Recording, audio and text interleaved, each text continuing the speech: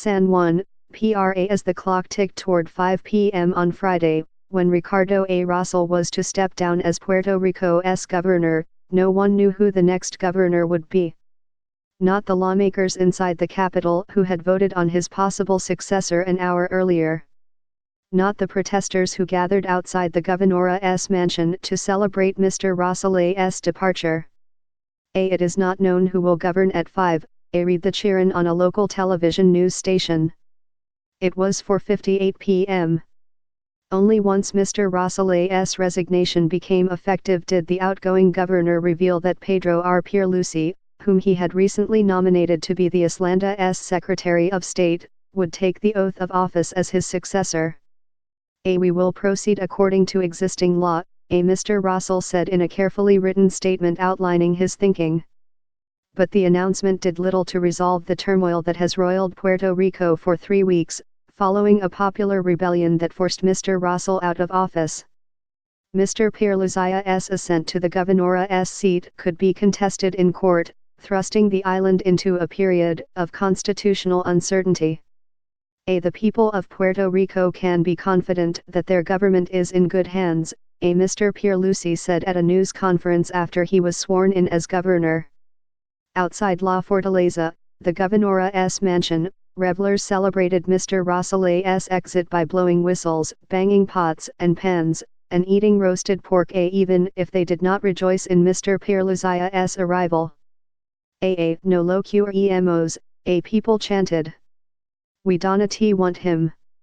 It is a moment of celebration beyond the poor decision by the legislature to confirm Pierluisi, said Wilma Rivera, a lawyer who attended the protest with her 78-year-old mother.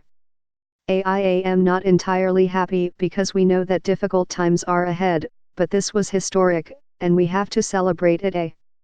The House of Representatives confirmed Mr. Pierluisi, 60, as Secretary of State on Friday afternoon. But the Senate has yet to take up his nomination, leaving the legality of the appointment unclear. At least one senator has said he intends to challenge the process in court on Monday.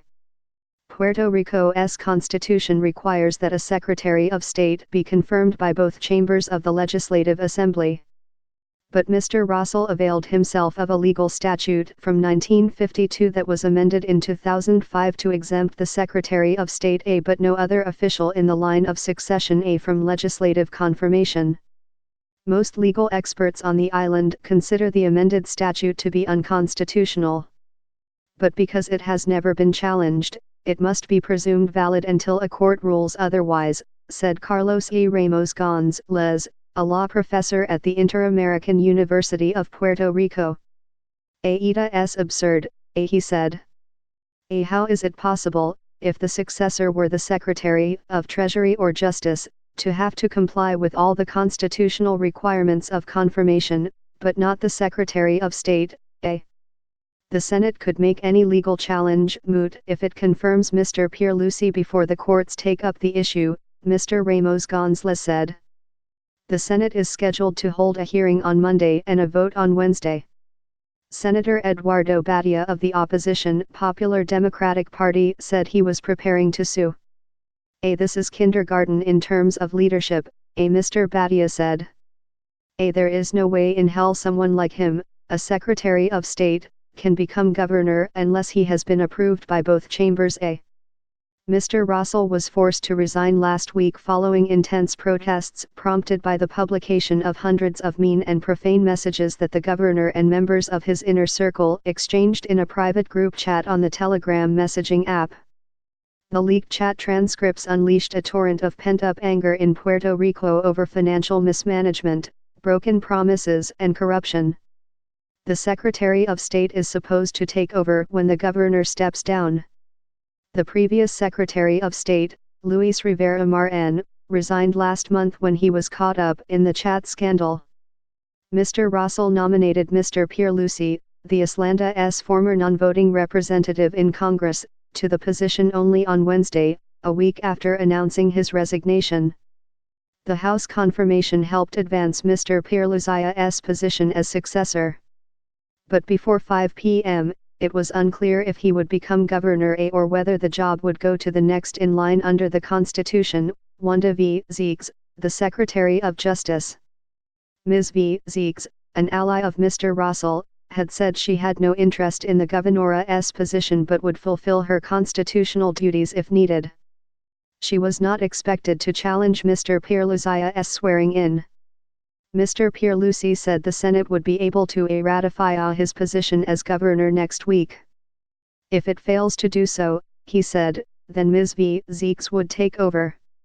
He encouraged senators to think hard about their role and urged them to bring legitimacy to the situation to avoid a court fight.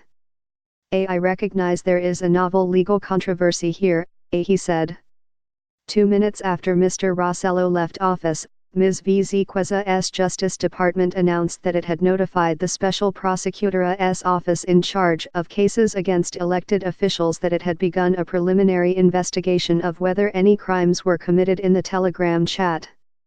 Carlos J.M. Copyright Endes N ±EZ, the House Speaker and a leader of the ruling New Progressive Party, which supports statehood for Puerto Rico, said before Mr. Pierluisi's confirmation hearing that no matter the outcome, the governorship should go to Ms. V. Zeeks, because Mr. Pierluisi had not been confirmed as Secretary of State by the Senate. After Mr. Pierluisi was sworn in, Representative Jennifer González Calén, Puerto Rico's non-voting resident commissioner in Congress, belatedly agreed. For Mr. Pierluisi, the confirmation hearing amounted to a rare job interview for a potential governor. He called the chat scandal a sad and unfortunate and said he would forbid the sharing of sensitive government information with people outside his administration, as Mr. Rosselló's aides did on Telegram. You will not find a public servant more committed, judicious and hard-working than me, Mr. Pierluisi said. He overcame concerns, at least for those who voted to confirm him in the House, about his potential conflicts of interest. Until earlier this week, Mr. Pierluisi had worked as a lawyer for a firm that was hired by the unpopular Federal Oversight Board that manages Puerto Rico's finances. The Oversight Board has repeatedly clashed with the Legislative Assembly over the imposition of austerity measures. Mr. Pierluisi's brother-in-law, Jose Copyright B. Carrion III, is the board's chairman, though Mr. Pierluisi is in the middle of a divorce, according to Puerto Rico news reports. But Mr. Pierluisi argued that his extensive knowledge of PROMESA, the bankruptcy law that Congress wrote to create the board, as well as his contacts on the board and on Capitol Hill, made him more qualified to serve as governor. Who better than me to advocate for our people before the board, Mr. Pierluisi said.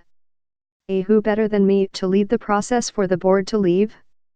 That's what we all want. Mr. Pierluisi received the minimum 26 votes needed for confirmation. He faces strong opposition from Thomas Rivera Schatz, the powerful Senate president who wants to run for governor himself next year. Mr. Pierluisi declined to say if he would run for governor in 2020. Mr. Rivera Schatz, who has said that Mr. Pierluisi does not have the votes to be confirmed in the Senate, decried Mr. Rosselló's final action as governor, announcing Mr. Pierluisi as his successor, as offensive. Those who betrayed Puerto Rico want to remain in power unscrupulously, he wrote in a Facebook post. Law, order, morality, and the common good will prevail. Before serving for 8 years as the non-voting resident commissioner in Congress, Mr. Pierluisi was Puerto Rico's Secretary of Justice. He is a Democrat when it comes to national politics, though political parties on the island do not neatly match up with those on the mainland. Several labor unions opposed Mr. Pierluisi's nomination. Mr. Pierluisi said he would have continued the policies put forward by Mr. Rosselló, who was elected to a 4-year term in 2016. He defeated Mr. Pierluisi in the New Progressive primary. Mr. Pierluisi backed public-private partnerships and the privatization of the troubled public power utility. He opposed the closure of more public schools. Hundreds have been shuttered as a result of a population drop and budget cuts. And the elimination of a popular Christmas bonus for public employees, as the Oversight Board has suggested. On his way out of office, Mr. Rosselló signed several bills into law, including one moving the Democratic presidential primary in 2020 to March from June. By making Puerto Rico an early voting state, candidates will be forced to pay attention to our needs, Mr. Rosselló said in the penultimate news release of his tenure.